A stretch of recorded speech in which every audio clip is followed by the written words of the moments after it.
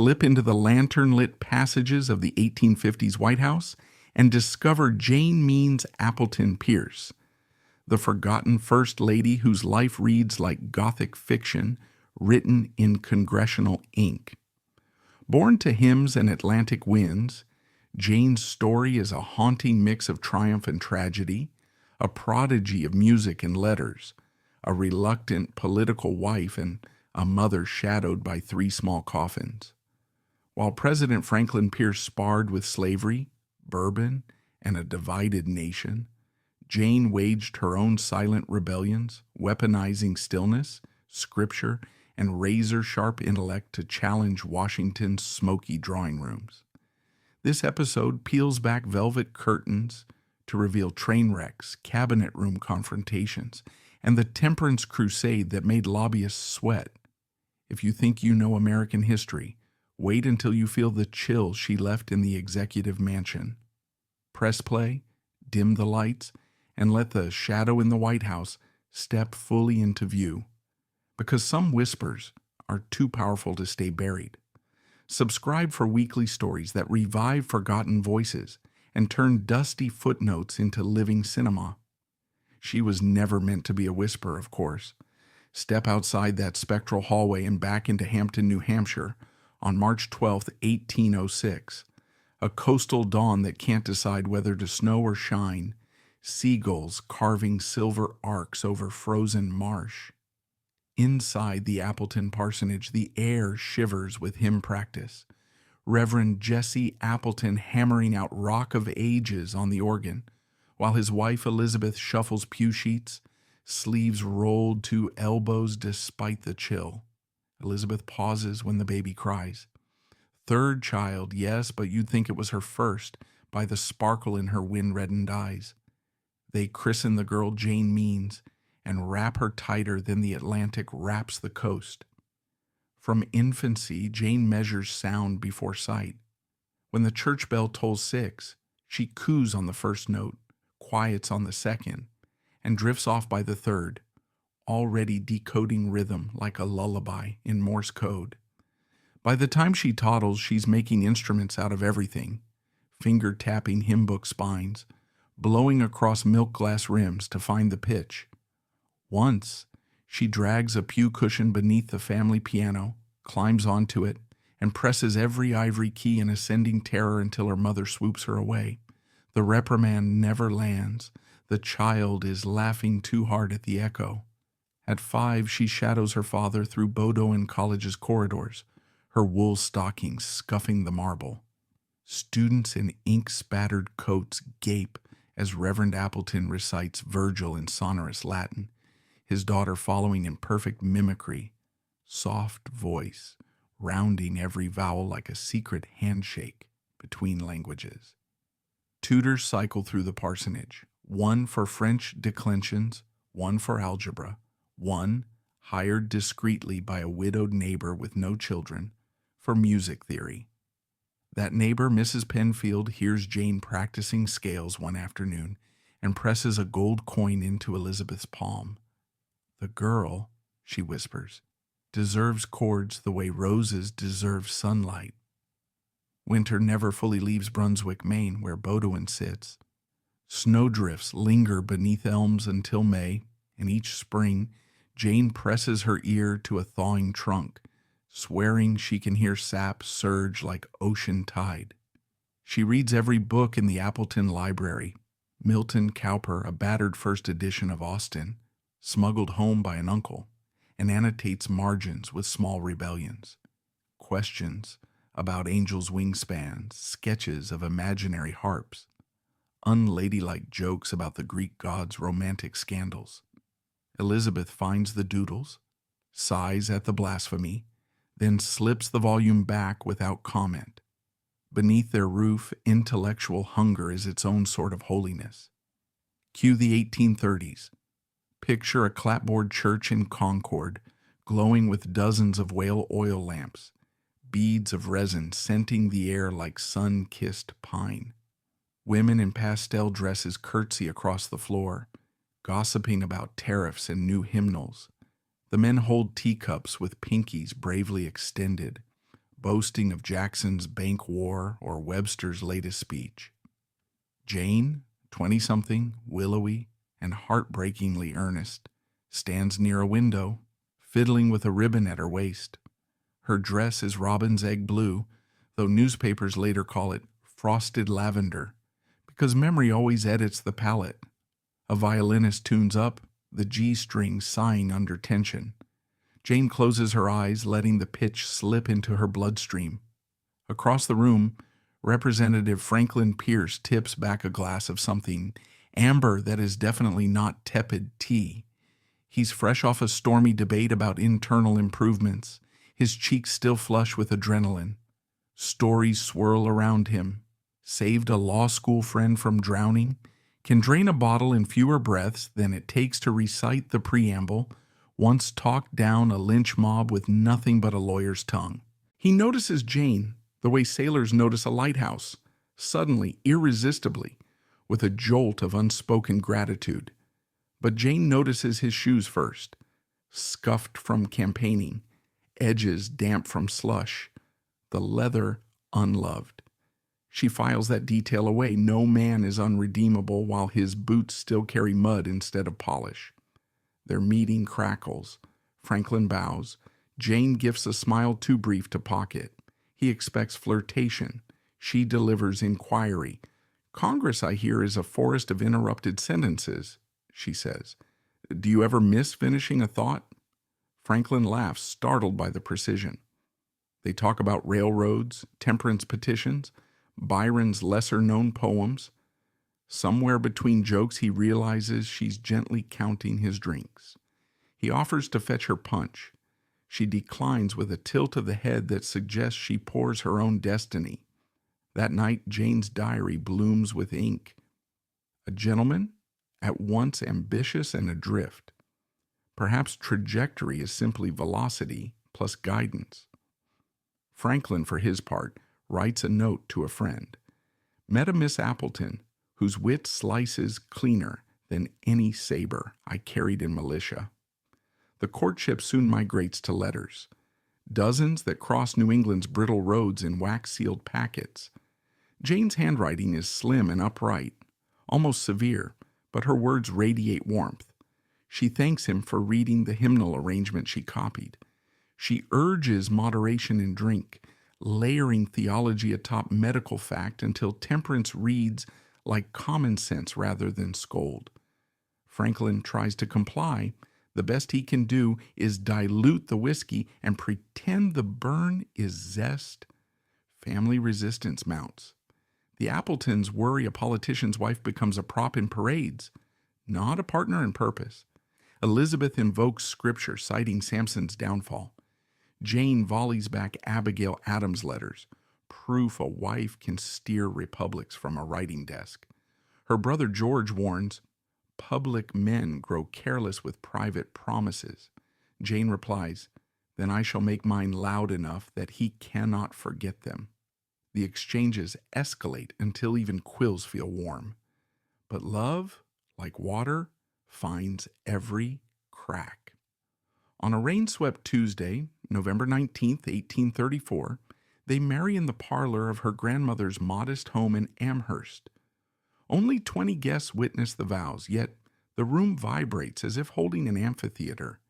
Jane's wedding veil, inherited from an aunt, snags on a nail during her procession.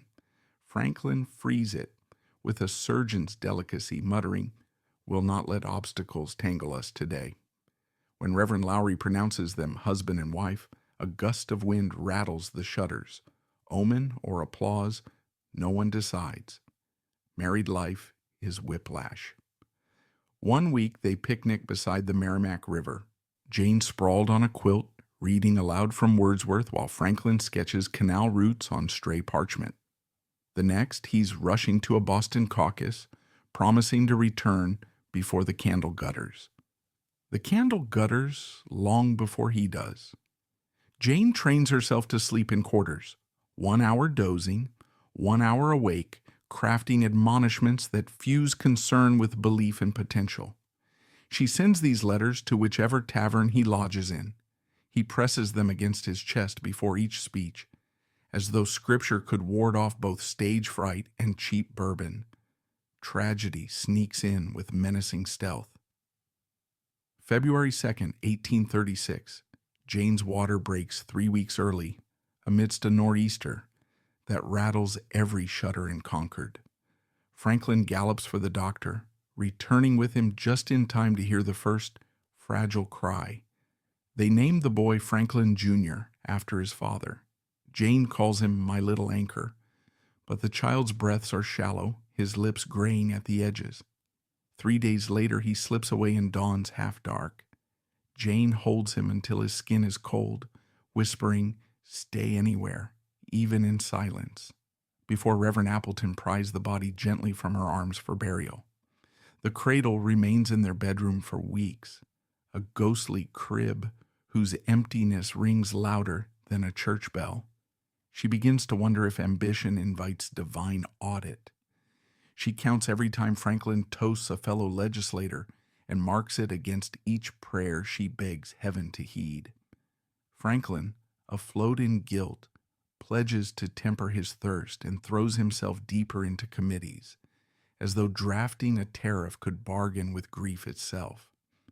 Meanwhile, Jane cloaks sorrow in activism, composing essays on temperance for local weeklies under the pseudonym A Mother Bereaved, leading Sunday school choristers in softer hymns because fortissimo now feels sacrilegious. Washington, D.C. soon calls. Jane envisions a city of domes gleaming like sanctified marzipan. What she meets in 1837 is a swampy capital carved out of magnolia groves, its avenues echoing with hammer blows from perpetual reconstruction. The salons, grand yet sweaty, resemble carnival tents pitched atop marsh. Senators puff cigars, whose blue haze coats gilt mirrors, while their wives debate ribbon shades as if tariffs depend on taffeta. Jane attends her first reception in dove-gray silk, heart trilling like a caged wren. She tries to discuss educational funding with a general's wife, is interrupted by a story about Parisian gloves, and spends the remainder of the evening blessing every glass Franklin raises, as though each sip might be the one that steals him from her twice, once to stupor, twice to rumor. Then comes 1843. Their second child, Frank Robert, contracts typhus. Jane plants herself at his bedside, reading psalms until her voice cracks, bargaining with heaven and writing letters to Franklin, who is away on campaign, begging him to hurry.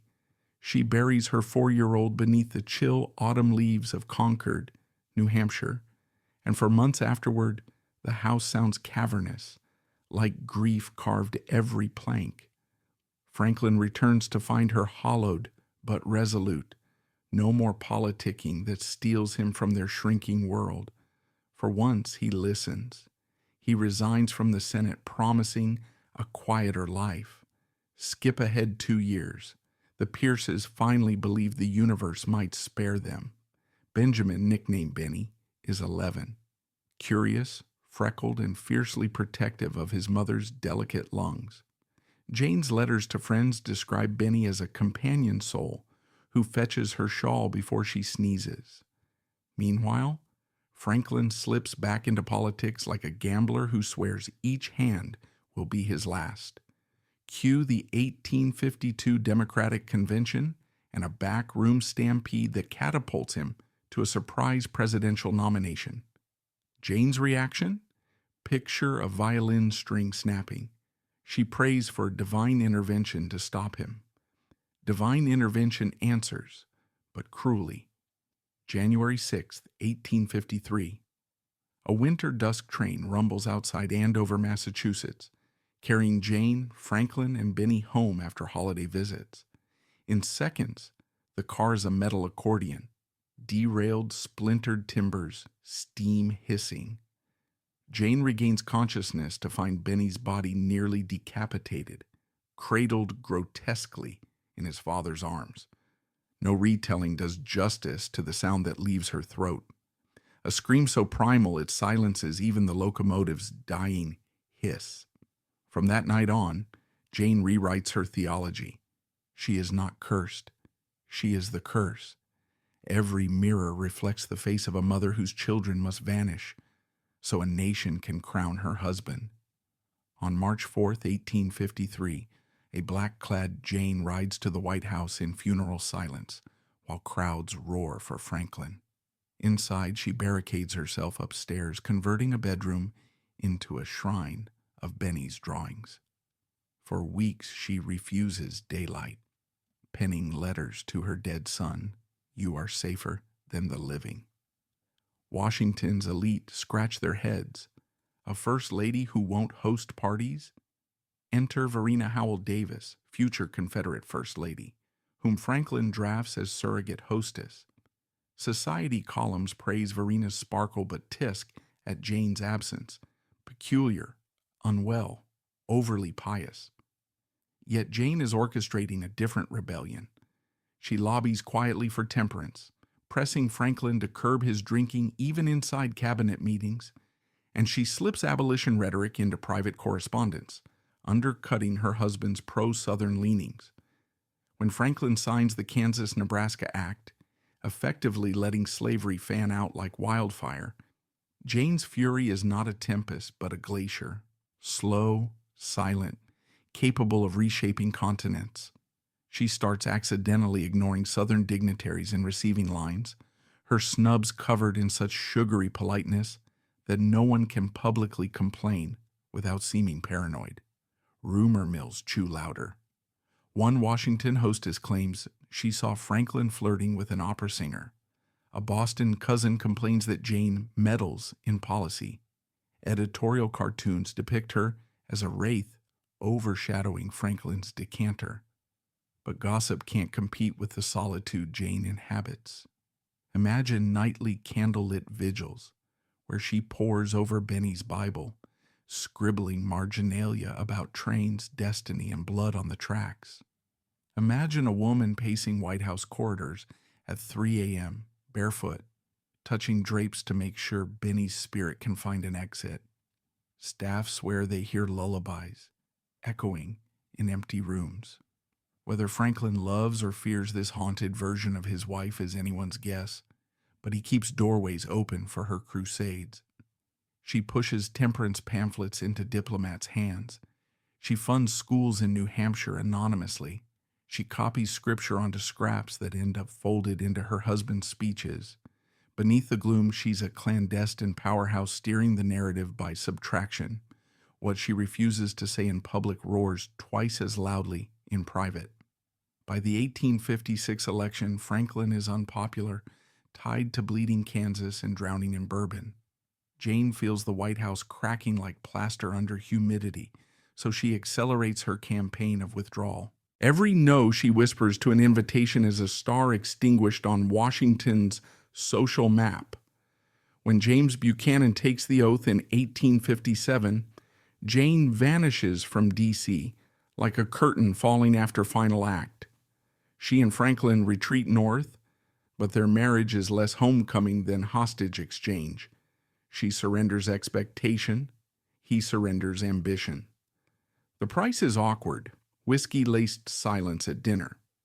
Tuberculosis stalks her like an old acquaintance. By 1863, Jane is living at her sister Mary's home in Andover, Massachusetts, lungs rattling. Civil War cannons boom only states away, but Jane's battlefield is internal, littered with memory shrapnel. Franklin visits and reportedly weeps, perhaps thinking of every glass he raised instead of every hand he should have held. She forgives him with the tired grace reserved for mothers and saints. On December 2nd, she exhales one final prayer. Something about children and trains, no one catches every word. And the room stills. She is 57, survived by a husband she once begged God to humble. At her funeral in Concord's Old North Cemetery, reporters scribble phrases like Lady of Sorrow and Pale Angel. Some note the irony that a woman who avoided crowds in life now draws hundreds in death. Franklin inherits her $50,000 estate, but what he really receives is an unpayable debt, a lifetime's worth of sacrifices wrapped in quiet rebellion. When newspapers later catalog first ladies who changed history, Jane often warrants a single sentence. Yet walk through that cemetery at dusk and you'll understand. Monuments aren't always marble. Sometimes they're the absences that shape the air. Flash forward to the present, scrolling through a streaming queue of modern political dramas, scheming lobbyists, glass ceiling shattered heroines, moral compromises scored to synth pop. Jane Pierce wouldn't fit into any of them, or maybe she'd steal the show. She weaponized stillness when noise did nothing. She mourned like it was an act of statesmanship. She showed that you can hate the stage and still rewrite the script. So the next time you tour the White House and feel a cool draft at the end of the hallway, listen closely. The hush might be more than ventilation. It could be Jane eternally walking those corridors, proving that even a shadow can cast a powerful light, one that refuses to fade, no matter how many history books forget to turn the page.